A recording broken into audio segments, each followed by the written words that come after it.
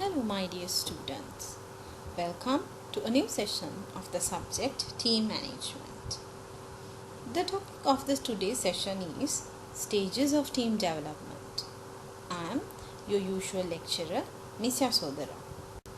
The learning outcomes of the session is where you identify the stages of team development, you'll recognize the main themes and the issues of each stage.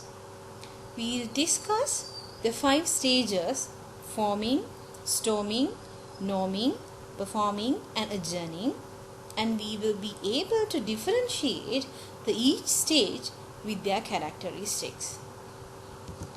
So this is where we can develop a figure of these 5 stages of development. For the first stage is forming, then you will go for a stage as storming, then you will have a stage norming, then you start to perform, and then after performing, after completing the objectives of the team, you will adjourn the team, and then the process goes on. So this is the 5 stages of team development.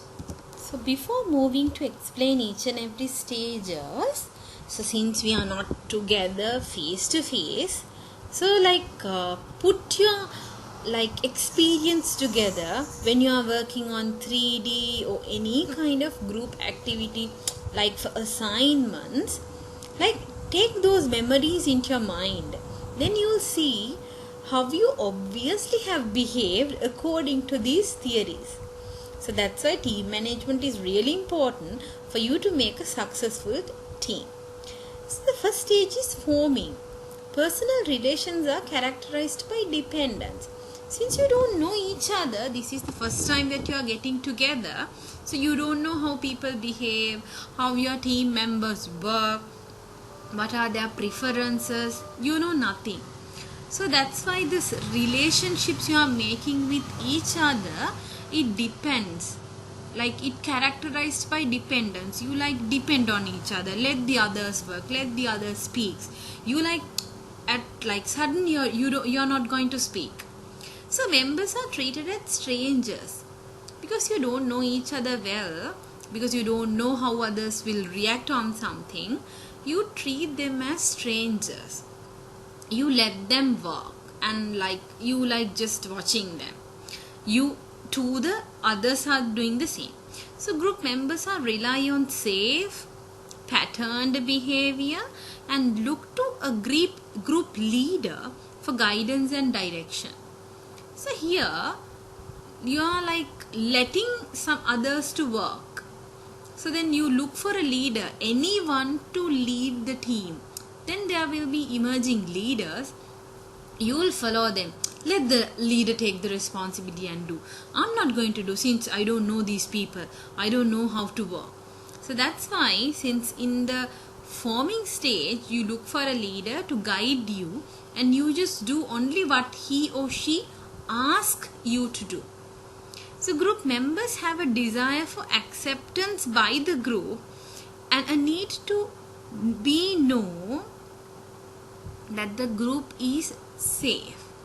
Whenever you work in a team, especially when you are doing assignments, see, in the beginning of your years, like first year, when you are having teams making assignment groups or team, you give someone to the leadership role and let him work, let him guide you, let him ask you to do something, and then you waiting that your team members to accept you. If they accept, you will remain in the group, isn't it? Go back to your memories in first year, see how we are working in a team, and you let the others accept you. That's why you have that desire to get that acceptance by the group members, and you need to know whether this group is safe for you to be. So you look for that safety in the forming stage. So they set about gathering impressions, smiling each other, hi, gathering impressions, and data about the similarities and differences among them, and forming preferences for future subgrouping. What is that? Like you need some like hi, hello impressions, like to get together. And then you like collect the data about the similarities and differences, whether they are like preferences are similar as me. Is it not? Then can I be in this group because my similarities, my likings, my preferences, the way I work, the way I behave is different from them. Can I be with those people? Likewise, you are like collecting data about those similarities and differences, and then forming preferences of future subgrouping. So might be in a bigger team, then you will find people who likes you, who the similarities in the preferences, similarities in behavior, similarities in food style, similarities in the where you are coming from. So like future subgrouping, okay, this person is good for me, this person have the same preferences that I have, so I can go with this person. So likewise you like think about, okay, I can have this future subgroup to be in. Likewise you will think. Not only that, in forming stage, there are rules of behavior seen to be keep things simple and to avoid a controversy. Controversy means might be arguments you are having in with, definitely in a group. Whenever you are working in teams, there are arguments. So in the forming stage, since this is the first stage for you to be together to work, so the rules to behave in a way, like the times you coming, the way you work, those rules will be very, very simple. There won't be like huge rules for you to be. And then those things to avoid those arguments or disagreements. So that's why serious topics and feelings are avoided. So in this forming stage, the team members will be very like silent. They don't speak much. They just do the work. That is like they start to work rather doing the work. They start to work like identifying each other. That's why you are introducing you to each other. You are like identifying each other's behavior, the feeling. So that's why you don't go for like serious big topics, since you are like identifying still. So the major task functions are concerned for orientation. This orientation might be to the task that it assigned to you and to each other way.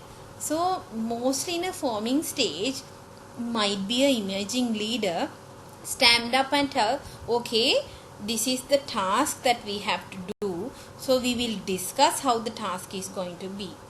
So before moving to that, let's introduce each other. So then you'll introduce your name, where you have come from, your preferences. So that's how a forming stage will be. And here in this forming stage, you'll discuss about the scope of the task, how to approach it, and similar concerns. Here you don't start to work. Okay, this is just the introduction or the forming stage. So when you are getting a task, first you like discuss how broad it is, how the work should be done, how to approach it. Rather doing the work, you don't start the work. You just first in the discussion stage. So this is about forming. So if you want to grow for the next level, so if you want to move from forming stage to the next stage, you should like here it said, must give up comfort of non-threatening topics. Because here in the forming stage, you don't talk about the serious topics. You avoid that discomfort. You try to avoid the disagreements in the introduction or the forming stage. But if you want to move from here, you should give up that comfort. You should be ready for those disagreements. Okay, you should be ready for threatening topics or for serious topics to be discussed. And then you should have the risk. There will be conflict, probability of conflict. There will be conflicts because we all are human beings. So here now it's the storming stage. You know what is a storm? In Sinhala it's a kunatuwa. So here from the name you will see there will be storms. So members start to communicate their feelings but still view them as individuals rather part of the team, because we just passed the forming stage. Still we don't understand each other very well, but still we start to communicate our feeling. We will start introduction stage, it's hello, hi, bye bye, hi, I am so and so and all. But here you start that just to tell who you are in feelings and all, but yet you still you are an individual, you don't go as a part of team. So here the storming stage is characterized by competition and conflict in personal relation dimension as well as in the organization in the task dimension. What is that? Here there will be competition because you each and every still are individuals. You work, this task is good, this task is good, you have that individual competition among the members. Not only that, there will be conflicts in personal relations, because there might be people in the team where we don't like them. So obviously then you will not agree with that person because you don't like him or her. So there will be personal conflicts. Not only that, in personal thing, there will be conflicts in tasks as well, because we are individual human beings. We perceive something differently, we believe in something differently. So when we are here, still we are task, we are not going to start the task to perform, we just still in the task function we are discussing. So since there will be arguments on when another member says, okay, we have to do this task in this manner, you can say, it's no, I don't agree on that, we have to do is this, because still you are individuals. So it's the group members attempt to organize for the task. Conflicts inevitably results in personal relations. Obviously here storming is rather on task functions in personal function, because the people still you don't know each other well, you only just introduced. So there will be so many conflicts. Just think about a assignment group you made in first year. Still, are you intact with all the members? You might have lose one or two members because you have passed through the storming stage, isn't it? Assignment group එක still ඔයාලට ඔක්කොම members ලා තාම මේ විදිහටම ඉන්නවද? එක member කෙනෙක්වත් haven't left? There might be, because of these arguments, because you have passed this stage. So individuals have to bend, mold their feelings, ideas, attitudes and beliefs to suit the group organizations, because you have get together for a task, okay, rather than for social grouping. This is for a task, this team is. So then to work on, if you want to work on, you should mold you have to be flexible in terms of your feelings. You have to mold your feelings, your ideas, your attitudes according to the task function. If not, you will not be able to perform. So because of fear of exposure or fear of failure, there will be an increased desire for structural clarification and commitment.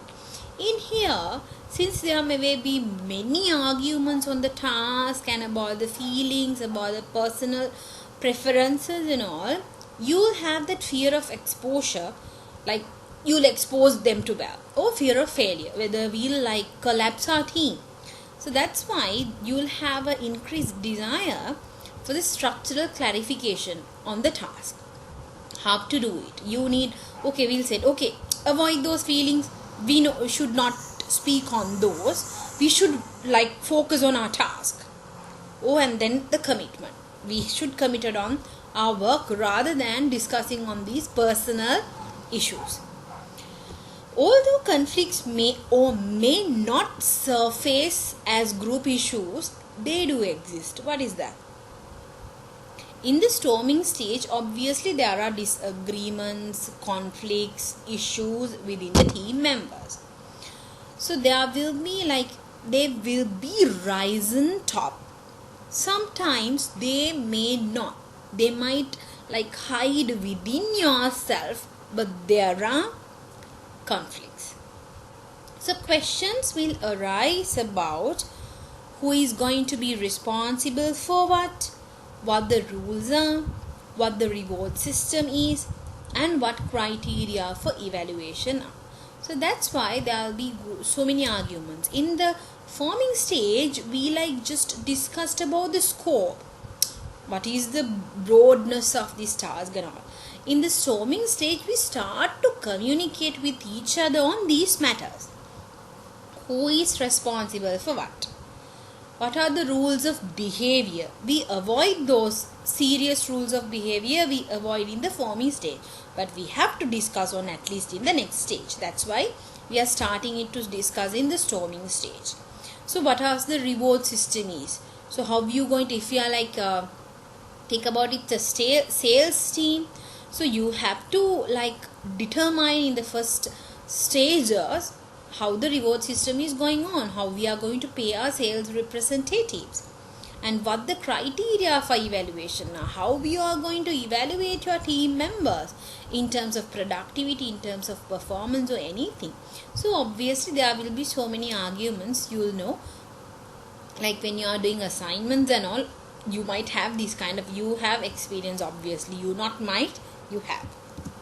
So that's why, and also these conflicts there will be over leadership, structure, power and authority. So that's why there might be team 2 to 3 members who are very powerful, very independent, who possess charismatic leadership characteristics.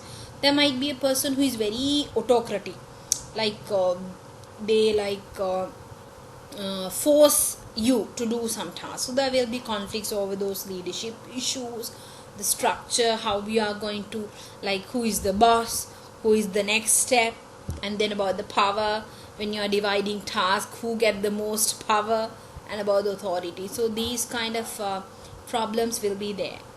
So there might be wide swings in members' behavior based on emerging issues on competition and hostility. So there will be wide swings where we don't speak with each other, the mood swings. There will be so many mood swings you see with your team members.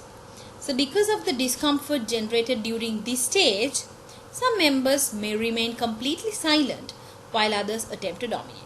That's why in the first point it says conflicts over leadership, power, authority and structure. So the people who have more power, more possess charismatic leaderships or leadership characteristics, who are people who have more dominant characteristics, they'll dominate the other member.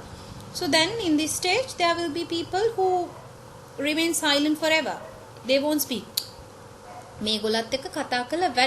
So then they'll stop talking, they'll remain silent, they'll support the work, but they'll remain silent, in vain speaking on these people.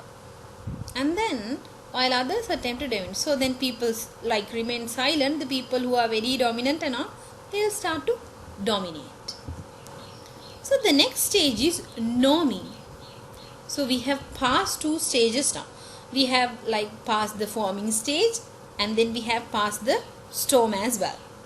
So here, after having so many disagreements, arguments, conflicts, only we'll come to here. So the interpersonal relationships are characterized by cohesion. You know what is cohesiveness is? What is that? Where you perform well within a team rather than you are being individual. Okay? So here in cohesion starts in norming stage, where you understand your team members very well, you are happy to be in this team, so you start to perform. Okay? It's about the friendship matters, the team spirit matters. Team members feel part of the team. After having arguments, you know each other well, you know how the others prefer, how others want to perform and all, you know each other very well. So then you feel, okay, now I know these members well, I'm happy to be in this team. In the norming stage you feel like that. So you start to accept the viewpoints of others. In the storming stage, it was not. You have argued with each other. But now, since you feel these are my team members, you start to accept the other's views.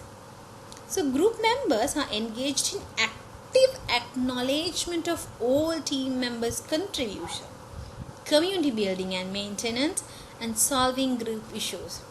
Here, you start to accept the contribution of other members. You said, okay, he's the leader of our team. Okay, he had done a great work. You start that acknowledgement, appreciating, rather acknowledging he's the one who's going to do this, he's the one who's going to do this. And then about the community building, where you develop a community within your team.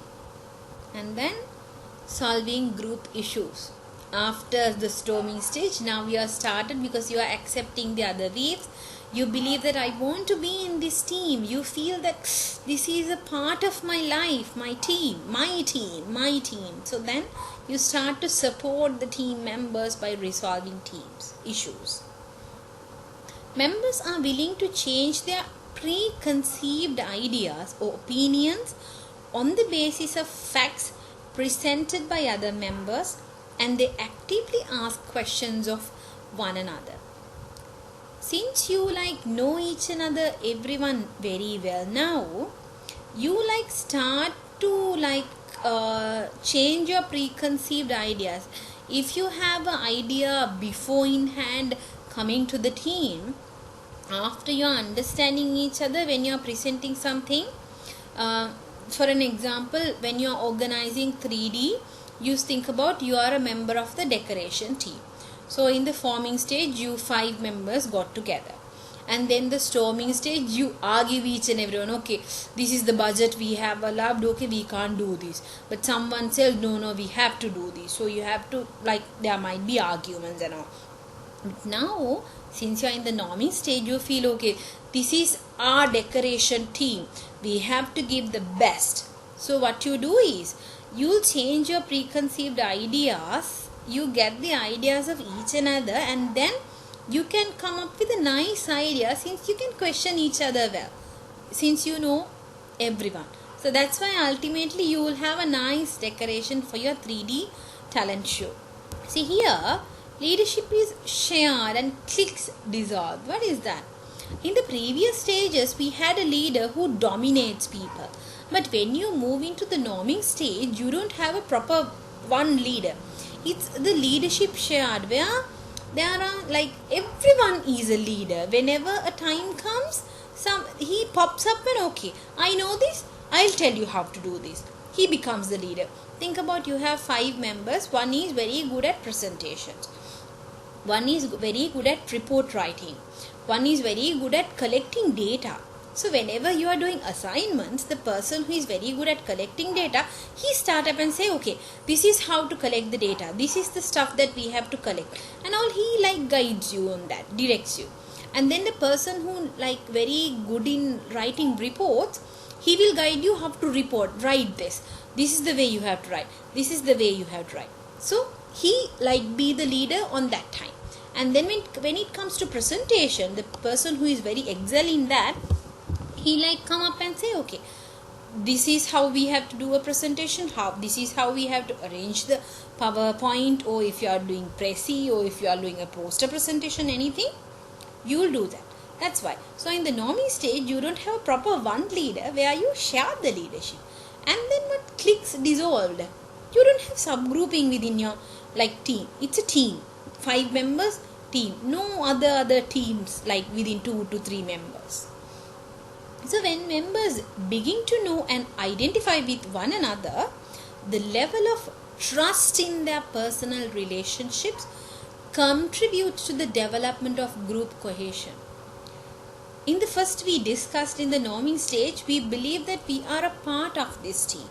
So why we do so is we are starting to trust our team members. Then with that trust, you contribute your maximum to the team development. So it is during this stage of development that people begin to experience a sense of group belongingness and a feeling of relief as a result of resolving interpersonal conflicts. In here we believe that okay, this is our family, this is our team, so they like started to feel like relief, where okay, we have resolved our personal conflicts, we are not going to have it again since we have passed that stage.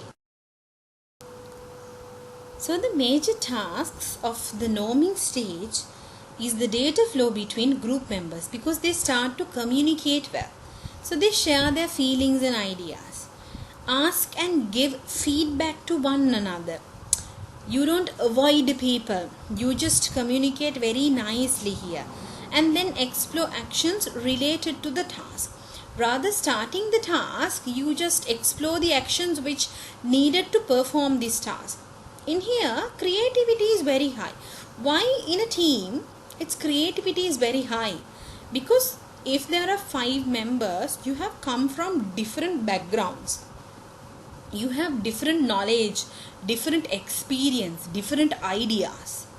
Okay, so then in this stage, you start to share feelings, you started to communicate, you start to question, you start to give answers.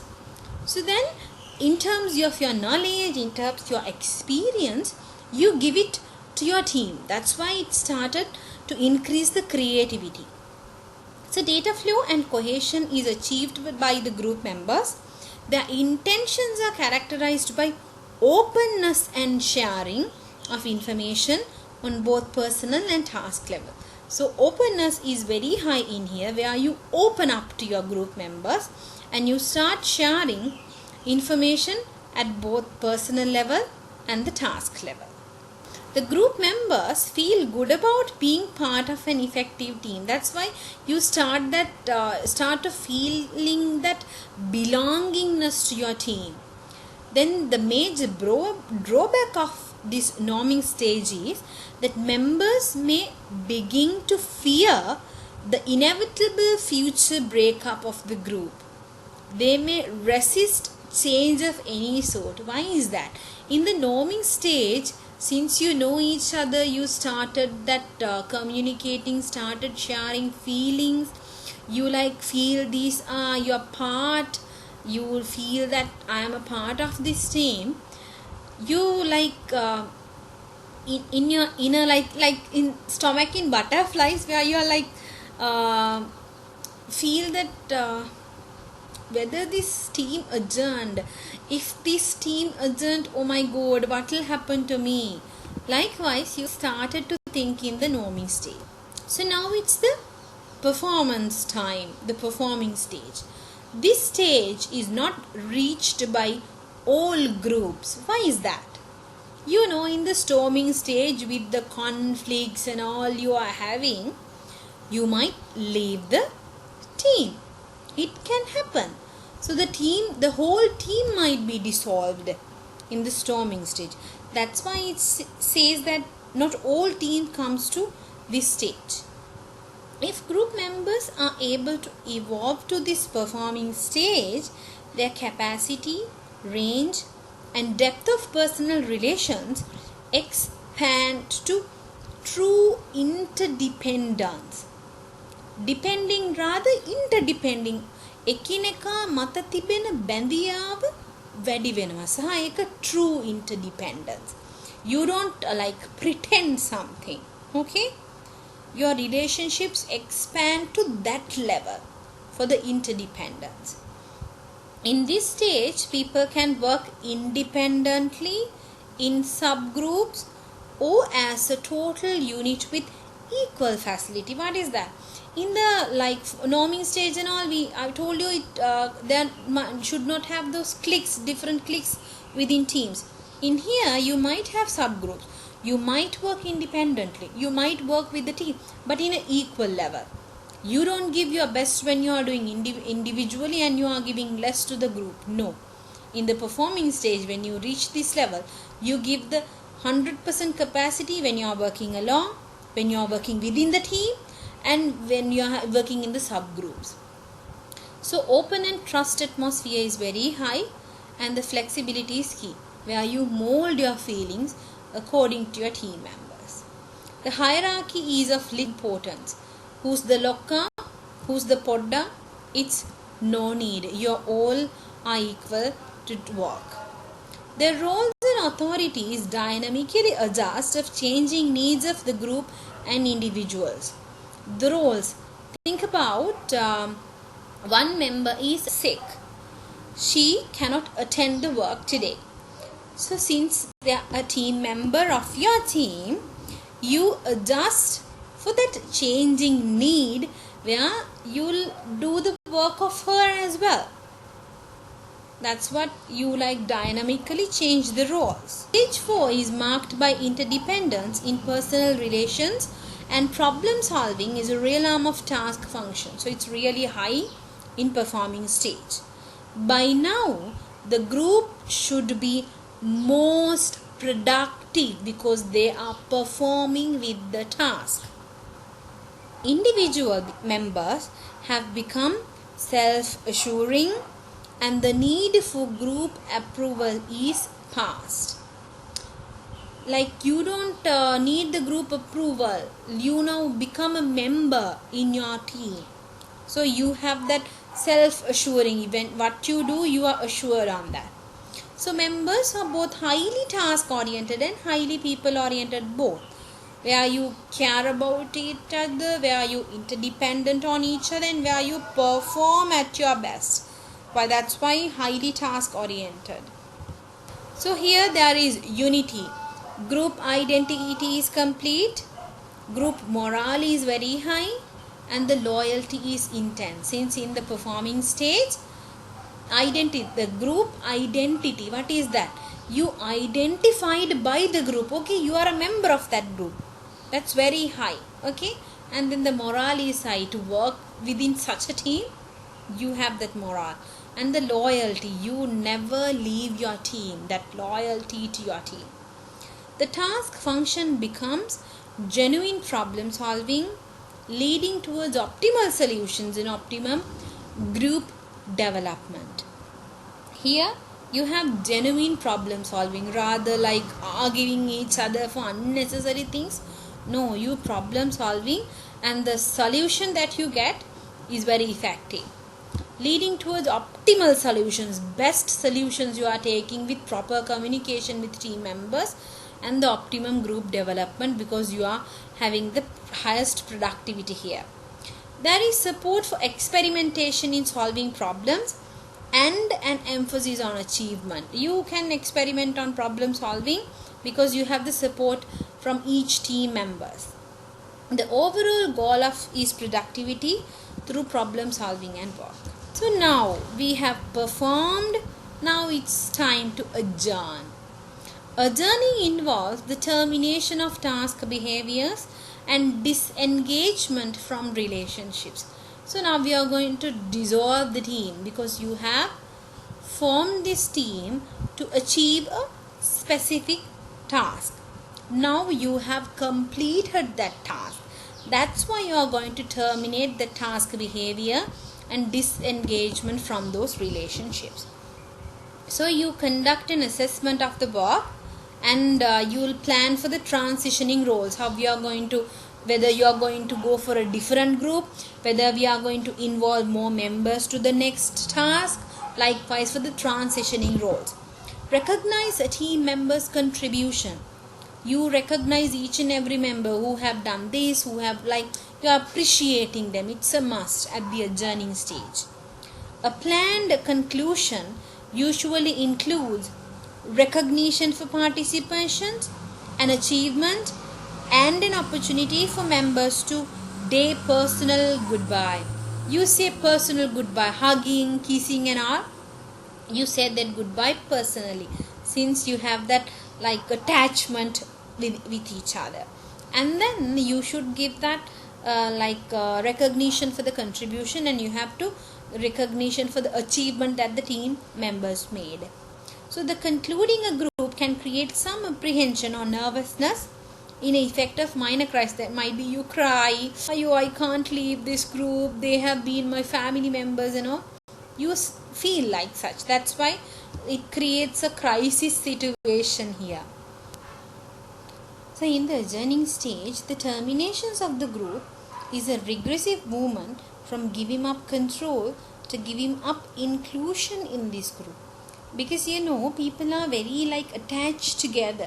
So it's really hard for those people to leave these relationships. That's why the most effective intervention in the adjourning stage is to facilitate this task termination and the disengagement process. Task termination, obviously you will complete the task, and whether it's to submit a report or anything, you can submit it at. And then the disengagement within the people members, it's really hard. So we might need some parties a therapist might be, because we are very attached to those team members. So it's really hard to disengage with those people. So it's really organization or the team members, they should handle it very effectively. Otherwise it will cause for different problems. So that's why when it's adjourning a team as well, we have to work very carefully. Of the session of stages of team development, I guess you have gained a good knowledge. Thank you very much.